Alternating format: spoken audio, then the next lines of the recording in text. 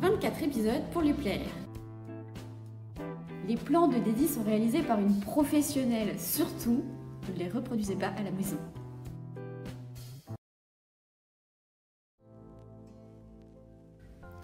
Bleu.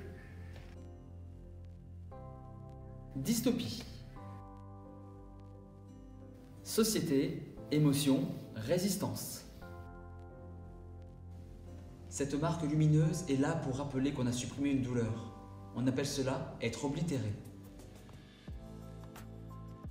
Alors, le roman raconte l'histoire de Silas, un jeune adolescent qui est amoureux d'une de ses camarades de classe, Astrid. Un jour, un drame se produit devant ses yeux. Astrid se fait renverser par un camion. Silas ressent donc une immense douleur suite à cet épisode-là.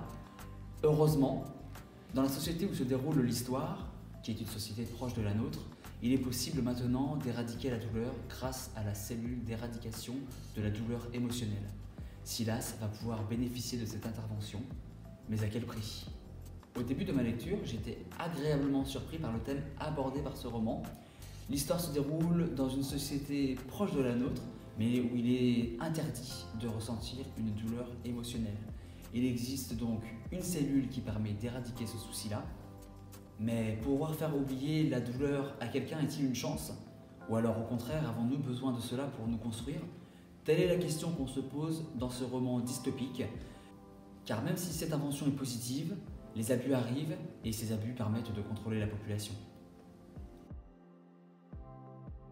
Alors, je n'ai pas lu cette série de romans, mais la lecture de Bleu m'a rappelé l'histoire d'Euglise, qui, pareil, est une dystopie, mais qui cette fois-ci parle de la perfection physique, alors que Bleu, elle, parle plutôt de la perfection émotionnelle. Alors, j'ai beaucoup aimé le sujet abordé dans ce roman, je le répète. Les critiques sur internet sont très positives, ce qui m'a poussé à lire ce livre. Mais au fur et à mesure de la lecture de ce roman, j'ai trouvé l'histoire brouillon et sans surprise, les personnages n'étaient pas attachants. Bref, j'ai eu beaucoup de mal à terminer ce livre. Il m'aura fallu 2 mois pour terminer la lecture de ces 255 pages. C'est mon premier coup de gueule.